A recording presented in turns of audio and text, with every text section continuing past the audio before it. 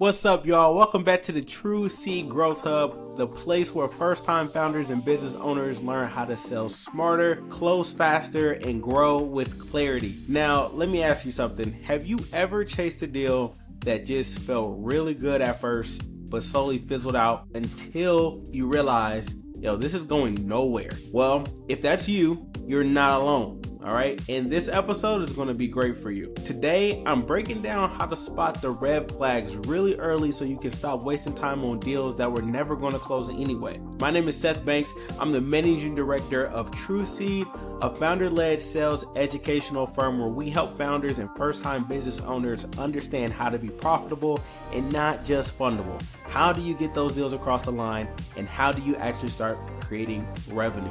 So let's get into it. I want to start off with a harsh truth that no one really ever tells sellers. And it's that not every deal is going to be worth your time, okay? But when you're new in this game, a lot of things that we see with founders and first-time business owners is that they are really hungry for clients, as you should be. But trying to validate your offer and just trying to pay your bills will have you chasing ghosts because you feel like you've got to close everything that's in front of you. With that mindset, what it's ultimately going to do is just burn out your energy and it burns your time. And as your fractional sales director, I want to make sure that your time is being used in all the right places. Also, it's going to burn your credibility because the more time that you're spending on the wrong deal, you're not spending on the right one. Every minute that you spend on a bad fit deal is time you're not spending on one that could actually close. Your time is the most valuable resource, and qualifying is how you protect it. All right. That's your magic key. So how do you know if a deal is a dead end or not? Let's break down the red flags. Here are the red flags that let you know a deal isn't worth chasing. 1, they don't have a clear problem. If you ask what made you reach out and they say, we're just exploring, that's your first red flag. And I need you to pop that balloon, right? If there's no pain, there's no urgency. And if there's no urgency, then there's no deal. Right? So you don't need someone who's just curious. You need someone who's actually committed to solving a problem, a real problem. And you're not going to know that unless someone is showing you that they have a problem that needs to be solved ASAP. Okay? Number 2,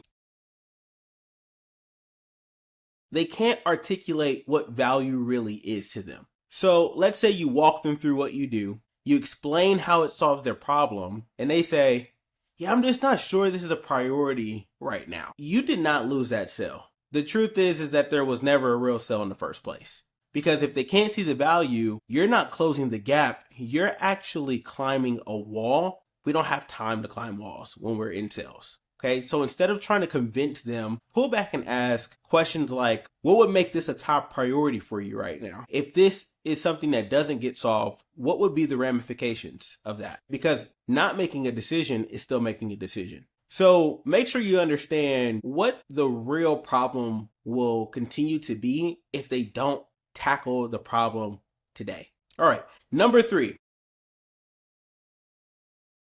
they're avoiding budget conversations. This is a big one because usually business owners and first-time founders alike have a really hard time in talking about the budget. And as soon as you bring up budget in these situations, if you feel that the vibe changes, where they dodge or they deflect, then, and maybe they hit you with the, let's talk about that later, or we're evaluating and we'll let you know. That's not a good thing.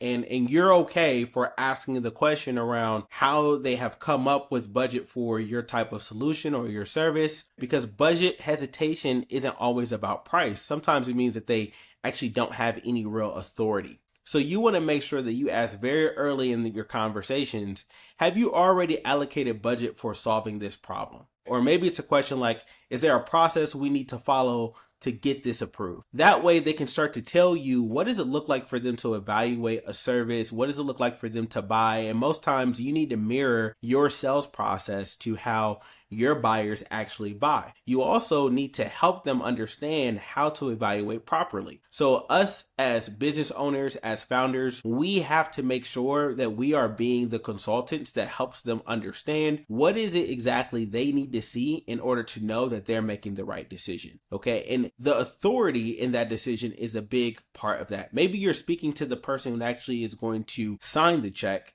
And that's great because you don't have to worry about some of the other factors that affect these multi-layered sales processes. Okay. Number 4.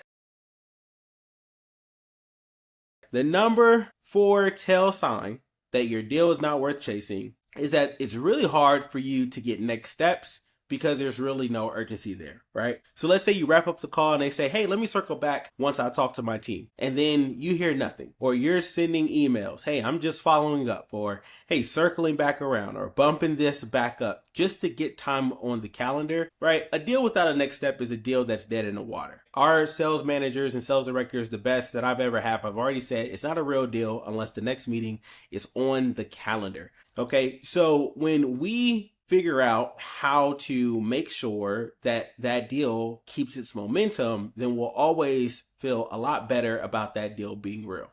So you need to ask questions that reflect you pushing, but also leading at the same time.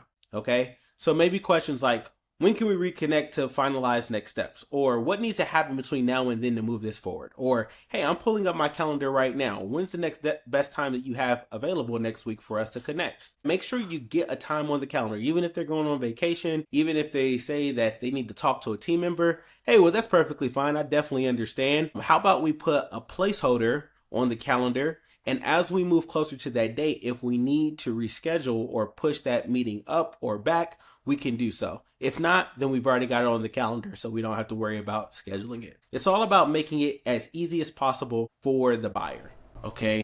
The last sign that you are chasing a deal that's not real and you're wasting your time is that you're doing all the work. If you're the one doing all the chasing, all the follow-ups, all the scheduling, reevaluate and ask yourself, what are the signs here that are showing me that this buyer actually isn't in an urgent position to want to make a decision? Because real buyers are going to show you real buying behavior. If they actually want what you offer, they're going to meet you halfway. Because the moment that the balance is off and maybe the effort is 90-10, you're not partnering anymore, you're parenting. You don't want to parent a deal. That's not a deal worth keeping. So you want to make sure that the effort is 50-50. If you need something that's required for them, which they should have something that they have to invest into, not just their time, but maybe it's things to think about. Maybe it's questions to take back to the team. If they don't have an answer for you today, then it's their job to get those answers to you because those answers help them understand things that they may not have had revealed to them before having that conversation with you. That's what makes you the expert. Okay. So what do you do instead? What do you do with these deals? Here we go. Disqualifying fast is just as valuable as closing fast. Disqualifying fast is just as valuable as closing fast. I want you to try to disqualify that deal as fast as you can. I want you to look for these red flags as fast as you can. I'd rather you try to disqualify the deal out than try to qualify the deal in. Because that means that you're qualifying early, you're protecting your time, and you're investing your energy in the deals that actually have a chance to close, okay? And so you're going to build a system that's going to help you evaluate, is there pain? Is there budget? Is there urgency? Is there access to decision makers? And if you're getting 3 no's out of the 4, bless it and release it, all right? Say with me, bless it and release it. We're just going to release it, let it go. All right, if you're getting 3 no's out of the 4, we're going to bless it and release it. Okay, and we're going to keep moving. So let's recap this. It's really simple. Let's run it back. Here are your red flags. No clear pain, no value connection. There's budget dodge. Maybe there's a lack of urgency and you're carrying the whole deal. These are your signals to know whether or not you're chasing dead deals. So respect these flags because the goal isn't to chase every lead. The goal is to qualify every lead fast so you can focus on what actually matters and grow the right way. If this hit home, do me a favor, subscribe to the channel. We've got more tactical breakdowns coming every week so you can master B2B sales with strategy, structure, and confidence. I'm really excited to hear if you've dealt with any of these red flags recently. If you learned something new today, let me know. We want to hear from you to know what is it that's keeping you chasing deals that aren't actually closing. This is the True Seed Growth Hub. We've got a lot of more tactical training. Feel free to join our community where we have access to deeper trainings and frameworks and even fractional sales director help if you all need it. If you're a first-time business owner or you're a founder, we're really glad that you're here, and we hope that you continue to get the value that you need.